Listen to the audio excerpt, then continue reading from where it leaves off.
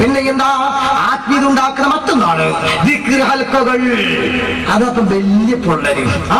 അതുകൊണ്ട് നിങ്ങൾ ഇവരിങ്ങനെ പരിഷ്കാരം, സംസ്കാരം, സംസ്ഥാന പരിഷ്കാരം എന്നൊക്കെ പറഞ്ഞ് വന്നിട്ടുണ്ടെങ്കിലും ആളുകൾ ഇപ്പോഴും അങ്ങന്മാരി മൂല്യന്മാരും വെക്കുക. അത് ഈ സദസ്സ് കണ്ടാ തിരിയില്ലേ? എല്ലാ മാസവും ഈ കോലത്തുള്ള സദസ്സ് സംഘടിപ്പിക്കാൻ ജമാഅത്തെ ഇസ്ലാമിക്കാര് ഒരു കൊല്ലം മുഴുവനും മുടുകെട്ടി വിരിഞ്ഞാൽ നടക്കുവോ? നടക്കൂലെന്ന് ഉറപ്പല്ലേ? എവിടെ ഈറാഖുവിന്റെ ഉള്ളിലോ പീലാത്തറിന്റെ പൊത്തിലോ ഒരുമിച്ച് കൂടാന്നുള്ള അല്ലാതെ ഇങ്ങനെ തുറന്ന വേദിക്ക് അവർക്ക് കഴിയില്ലല്ലോ. അതാ ഞാൻ പറഞ്ഞ പ്രജി ക്യാമ്പിലൊക്കെ ചെന്ന് പാപ്പൊക്കെ തുടർന്ന് പോകുന്നത് പറഞ്ഞാൽ അത് ചോദിക്കുന്നത് ഏറ്റുസ്ഥാന പേര് കേൾക്കുമ്പോ അല്ലാഹു അക്ബർ ചൊല്ലുക. ഈ പേര് മൗലവിമാര് പേര് കേട്ടാലോ അതൊക്കെ പേര് ചെല്ലാൻ ആളുണ്ടാവൂല. ഇനി ആവേശം കൂട്ടാതെ എന്താ ചെല്ലേണ്ടതെന്ന് അറിയണ്ടേ? അങ്ങനെ ഉണ്ടല്ലോ. ഈ ആവേശയുടെ മൂത്താതനെ ചെല്ലണ്ടെന്ന് അറിയണ്ടേ? അവസാനം മൂക്കുപൊടി വെച്ച് തുമ്പാമെന്ന് തുമ്പാൻ കിട്ടാത്ത മാതിരി ഇങ്ങനെ ഒരു വെട്ടങ്ങേറായി കളി. ഞങ്ങൾക്ക് അങ്ങനെയല്ല. അതൊക്കെ മുത്തലബി പഠിപ്പിച്ച്, സ്വാപത്ത് പഠിപ്പിച്ച്, ആവേശം വരുമ്പോൾ എന്ത് ചെയ്യണം, ദുഃഖം വരുമ്പോൾ എന്ത് ചെയ്യണം, ആത്മീയതയിൽ എന്ത് ചെയ്യണം, നേതാക്കന്മാരെ കണ്ടെന്ത് ചെയ്യണം, അതൊക്കെ ഹബീബിനെ പഠിപ്പിച്ചതാ, സ്വഹാബത്ത് കാണിച്ചതാ. അതനുസരിച്ച് സദസ് നോക്കിക്കോ. പോരാ, ഇപ്പൊ ഇന്റർനെറ്റും തുറന്നു നോക്കിയാൽ സ്വലാത്തിനകത്ത് കമ്പ്യൂട്ടർ വന്ന് നോക്കിയാൽ കോൺഫറൻസ് യൂറോപ്പിൽ നിന്ന് കാണുന്നത് അവിടെ അമേരിക്ക എവിടെയുണ്ടോ പേര് ഓരോ എല്ലാം കഴിഞ്ഞ് വെബ്സൈറ്റ് പതുക്കെ തുറന്നു നോക്കുമ്പോഴാണെങ്കിൽ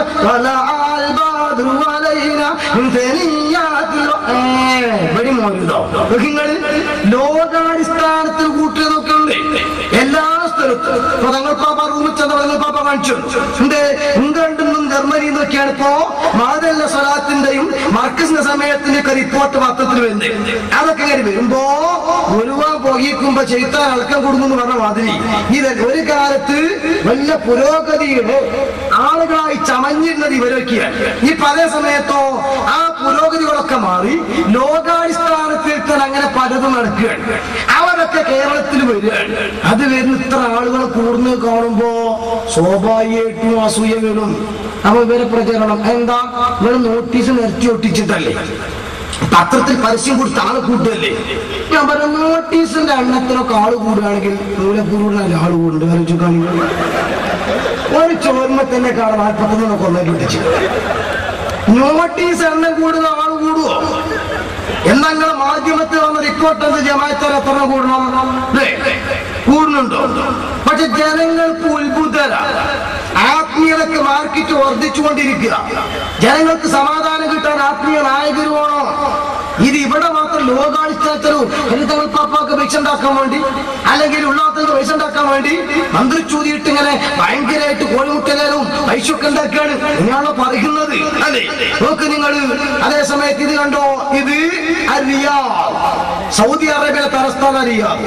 ആ റിയാദിൽ ഇറങ്ങുന്ന പത്രമാണ്. ഇതിന്റെ വേദനകൾ എന്തതിനർത്ഥം? മന്ത്രിച്ച തേങ്ങ. റിയാദില് അവിടുത്തെ സൗദിയിലെ ഇന്ന് ജീവിച്ചിരിക്കുന്ന ഏറ്റവും വലിയ പണ്ഡിതൻ, ആ പണ്ഡിതൻ ആരു ഷേഖ്, അയാളെ കാണാൻ വേണ്ടിയിട്ട്, കാണാൻ ബർക്കത്തിനല്ല, അയാളെ സന്ദർശിക്കാൻ വേണ്ടിയിട്ട് അവിടുത്തെ വലിയ പള്ളിയിൽ ഞാൻ പോയത്. ആ പള്ളിയിൽ നിങ്ങളുടെ ഇറങ്ങുമ്പോഴാണ് വലത്തെ ഭാഗത്തെ കടയിൽ ഈ പത്രം കിട്ടിയത്.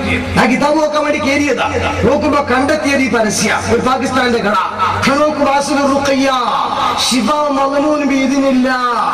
ഒരു കുപ്പി തേന് വില, ചൊരിഞ്ഞ വില 250 റിയാൽ. 250 റിയാലാണ് അങ്ങനത്തെ പൈസ. എത്രയും 2500 റുപ്യ ഒരു കുപ്പി തേന്. നമ്മളെ കേരള 313 3 കണ്ടോ ചൂഷണം ചെയ്ത് തടിച്ചു കൊടുക്കുന്നു. ഇത് പിന്നെ ആരാ അടിച്ചു വെക്കുന്നത്? നീ ഭാര്യയുണ്ട് മുറുക്ക് ഹോൾസെയിൽ ആയിട്ട് വിൽപ്പന നടത്തുന്ന കേന്ദ്രം. അവിടെ തന്നെ നടത്തുന്ന കിതാബ് ഈ അടുത്ത് വന്ന കിതാബായി കിതാബിയ സുന്നത്തി കിതാബിയ സുന്ന ആരാന്റെ കിതാബാ. ഇതില് ഒന്നിന്റെ എടുത്തിട്ട് 21 എടുക്കുക, എന്നിട്ട് അയിമ ദൽസമാത്ത് എടുക്കുക, അസ്മാവ് നടത്തി അൽഗൽമത്തിലായി ചെല്ലുക. ഇങ്ങനെ തുടങ്ങിയിട്ടുള്ള സകല ദൽസമാത്തിന്റെ പരിപാടി ഗൾഫിന്റെ വരെ കിതാബുകളിലാണ്. നോക്കിക്കോങ്ങള് ഇങ്ങനെയല്ലോ. ഇനി മക്കബറകൾ നോക്കിക്കോ, ലോകാടിസ്ഥാനത്തിൽ നോക്കിയാൽ എവിടെയാ മക്ബറയില്ലാത്തത്, എവിടെ ആളുകൾ പോകാത്തത്, ദിക്റുകൾ എവിടെയാ നടക്കാത്തത്, മൗലിദ് എവിടെയല്ലാത്തത്? പക്ഷേ അതൊക്കെ കേരളത്തിലും വ്യാപകമായിട്ട് വരുമ്പോ ചില ആളുകൾക്ക് വിഷമം. എന്നിട്ട് എഴുതുക, കൂട്ട ദിക്റുകളും പ്രാർത്ഥനാ സമ്മേളനങ്ങളും മെഗാ ഇവന്റുകളാക്കി സ്പോൺസർ ചെയ്യിക്കുന്ന രീതിയാണ് മറ്റൊന്ന്.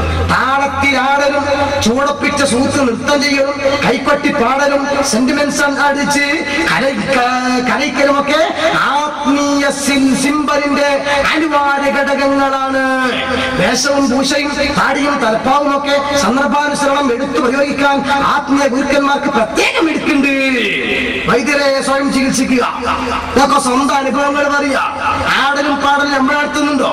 നമ്മൾ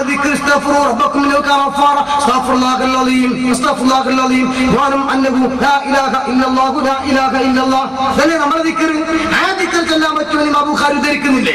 ബുഖാരി ധരിക്കുന്ന വിശദമായ ഹദീസിൽ റസൂലുള്ളാഹി തന്നെ പഠിപ്പിച്ചതായി കാണാം. മലായികത്ത് അല്ലാഹു തആലക്ക് പ്രത്യേക മലക്കുകളുണ്ട്.